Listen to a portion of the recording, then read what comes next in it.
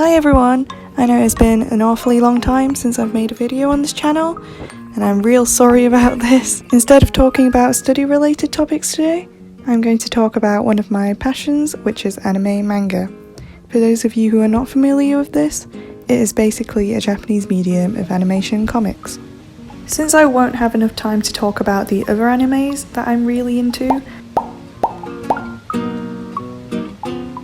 I will just talk about a few favourite animes of mine, which are A Silent Voice, Violet Evergarden, and Mob Psycho 100. I had the idea to make this video ever since I went to travel in Japan, but never had the time to get around to it until now. Unfortunately, the creators of two of my favourite animes, Kyoto Animation, were involved in a horrific incident nearly 2 weeks ago at the time of this recording. So I would like to dedicate this video to the staff and persons that were involved in creating such beautiful works that have come not to only inspire my life, but others as well. I've also planned to make a video talking about Yuru Camp, but that will probably have to wait for a while until I fish out some free time out of my schedule.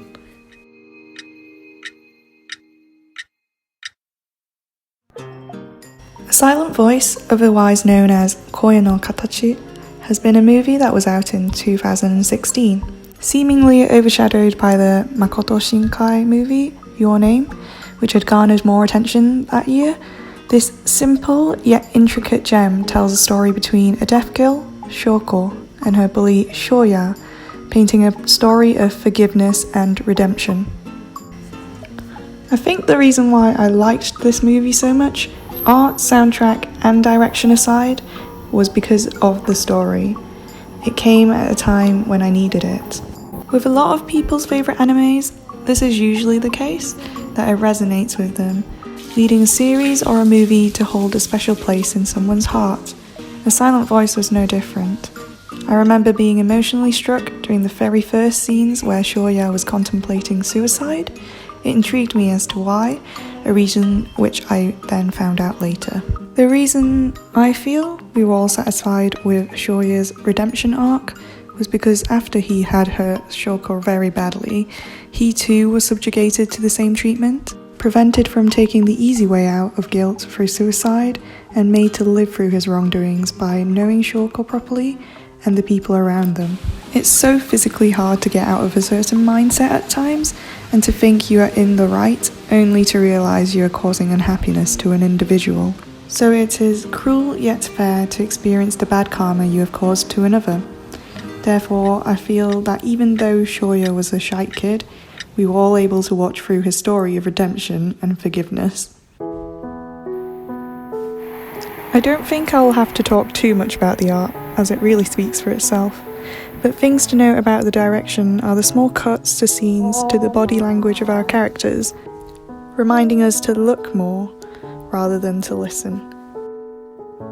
The soundtrack. Oh boy, the soundtrack. I was so impressed when I heard about how it was all done. My friends who have heard me bang on about The Silent Voice has heard this from me so many times. How it was done was that the mic was put into the piano when the song was being played, hence you could hear the inner workings of the piano, as well as the usual sounds you hear from the keys.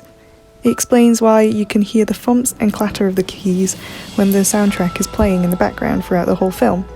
This really encapsulates the Japanese title of the movie, Koe no Katachi, the shape of voice, as the protagonist, Shoko, cannot hear. Being creative and having us in some ways not listen to the music in the usual way we are used to paves a different experience when watching the movie.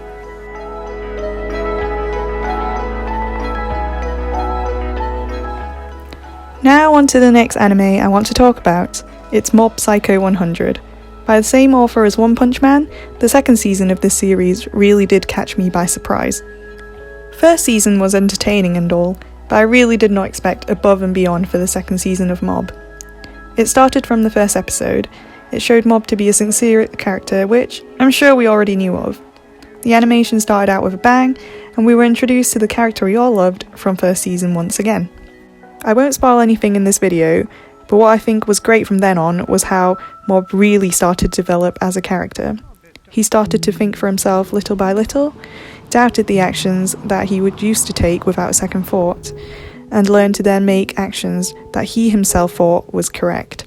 The growth of Mob through the episodes was important, but definitely what struck me initially when I thought this is the anime of the year was episode 5. Man, that animation, it really blew my mind as to how amazing fight scenes in anime could be. I know those of us who have watched the first season remember the fight scene near the end to be real amazing, but my god was this on a whole nother level.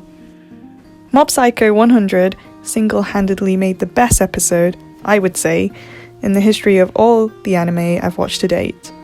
Episode 7, Reigen's arc, we had the chance to know him a little better than we did before by delving into his history and mindset. What struck me, and I'm sure all of us, the most was definitely the ending, on how Mob, despite all of Reigen's stupid actions, still decides to follow him. It's touching, hella touching, because Mob wasn't blindly following Reigen for the sake of it. He has chosen to follow him. Well, because it's Reigen. Also, can I just talk about the OP and ED by Sanjo no Hana? These two bangers had me listening to them on repeat. Heck, it was by far the best tunes I've heard in anime for a while. 99 was slightly better than 99.9 at first, in my opinion, but damn, it really did grow on me after a while. Then Memosepia, the first ED, was already a quality banger, until Grey, the second ED, came along. It blew it out of the water, especially when paired with the ending to episode 7. お前知ってる？何をですか？俺の正体。ネットとか雑誌とか見てねえの？そんなの知ってましたよ。最初から。僕の師匠の正体は。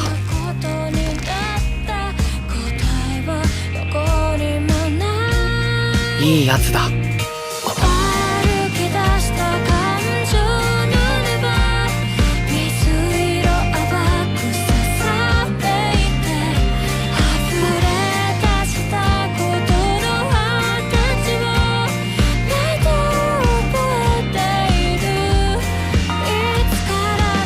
腹減ったな。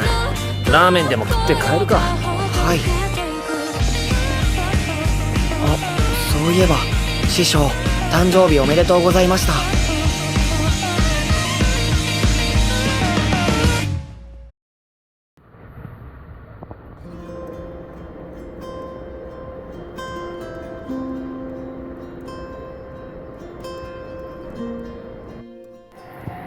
It's a Japanese crossing. Oh my. And lastly, Violet Evergarden, a beautifully crafted show which aired at the start of 2018. There's really no words to describe how much I loved this show right from the very start. Kyoto Animation really don't cut corners, the visuals were simply sublime. From the art, to the soundtrack, and to the story, KyoAni really outdid themselves with this show. Violet Evergarden focuses on a girl named Violet Evergarden, an ex-soldier who had nowhere to go post-war, so she took solace at a ghostwriting establishment ran by the friend of the major she admired in order to understand her major's last words to her during the war.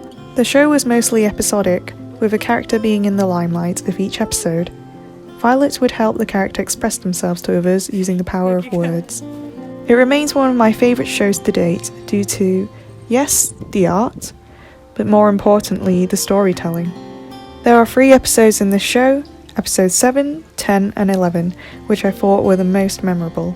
I know a lot of people like to say that episode 10 was their favourite, but personally episode 11 touched me more. Without spoiling, episode 7, the one where a playwright had Violet write the script of his play for him, for those who need a slight reminder of what happened, had probably the most amazing visual, I personally think, out of the whole show.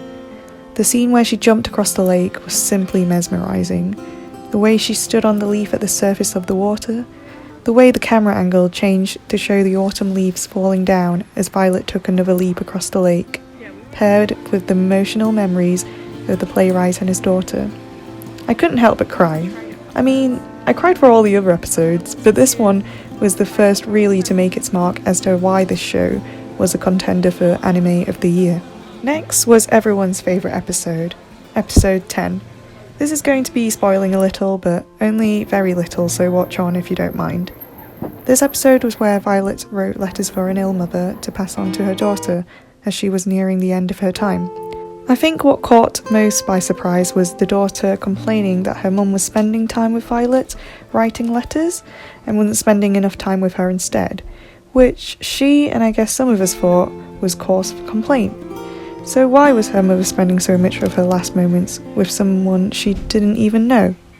Simply for the sake of her daughter? I think if I said any more, I would really be spoiling this episode, so do check it out for yourself if you haven't seen it yet. Finally, my favourite out of all the 3 episodes, episode 11. This is going to be spoilerific, so watch on if you don't mind. This is the one where Violet was requested to write a letter for a soldier. I think the reason why I loved this episode the most was because it was so touching. The soldier was dying at the time, and through his last breaths he wanted to tell how thankful he was to be born to the parents that he had, and he would like to be their son again if he was ever reincarnated.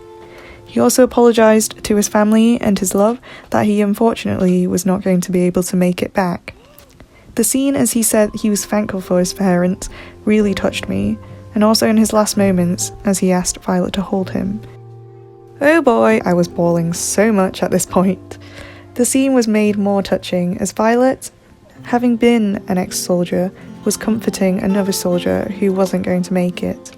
She could have very well been in the same situation, or at the very least has witnessed this before, but only now is she feeling something she could not do before. Having us, the viewer, go on this journey with Violet of finding herself was really fulfilling. From Violet being the emotionless shell that she was, to now starting to be able to both sympathise and empathise, makes watching the whole show worthwhile and heartwarming.